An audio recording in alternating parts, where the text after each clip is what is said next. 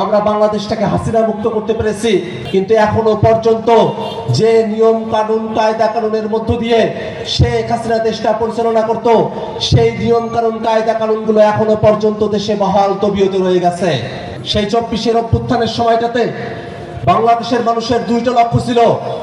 এক, বাংলাদেশটাকে হাসিনা মুক্ত করা। দুই, বাংলাদেশটাকে হাসিনার কাঠামো মুক্ত করা। আমরা বাংলাদেশটাকে হাসিনা মুক্ত করতে পেরেছি, আওয়ামী লীগ মুক্ত করতে পেরেছি। শাসন কাঠামো থেকে তারা পরাজিত হয়ে দিল্লিতে গিয়ে তারা আশ্রয় দিয়েছে, পালিয়ে গেছে, তারা বাংলাদেশ থেকে হারিয়ে গেছে। কিন্তু এখনো পর্যন্ত যে নিয়ম কানুন কায়দা কানুনের মধ্য দিয়ে শেখ হাসিনা দেশটা পরিচালনা করত, সেই নিয়ম কানুন কায়দা কানুনগুলো এখনো পর্যন্ত দেশে বহাল তবিয়তে রয়ে গেছে। RICL TMX, যুগের পর যুগ স্থাপনা থাকে মজবুত। এই কারণে বন্ধুরা, বাংলাদেশের জনগণ তারা সকলে মিলে একটা সংস্কার চাইল।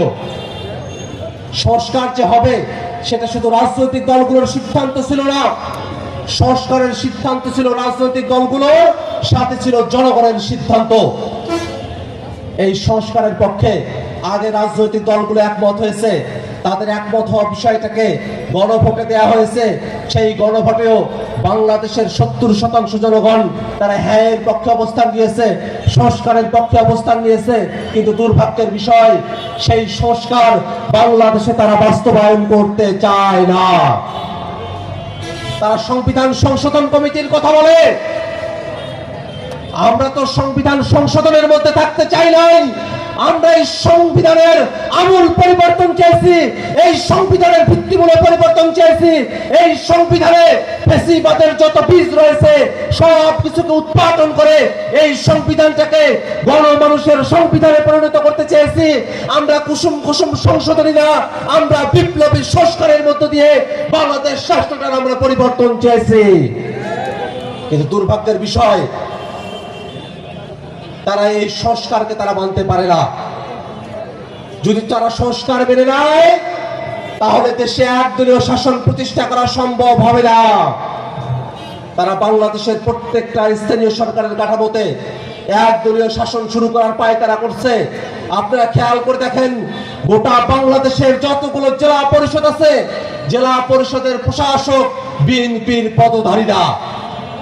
বাংলাদেশের সিটি কর্পোরেশনগুলোতে প্রশাসক বিএনপির পদধারীরা।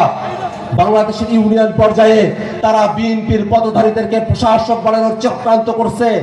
আমরা তো বলি, নির্বাচনের মধ্য দিয়ে, ভোটের মধ্য দিয়ে যে প্রতিনিধি আসার কথা সেটা সরকারের নির্দেশে বসছে। এটা গণতন্ত্রের নামান্তর হতে পারে না, এটা গণতন্ত্রের সাথে যায় না, এটা একদলীয় ব্যবস্থার সাথে যায়।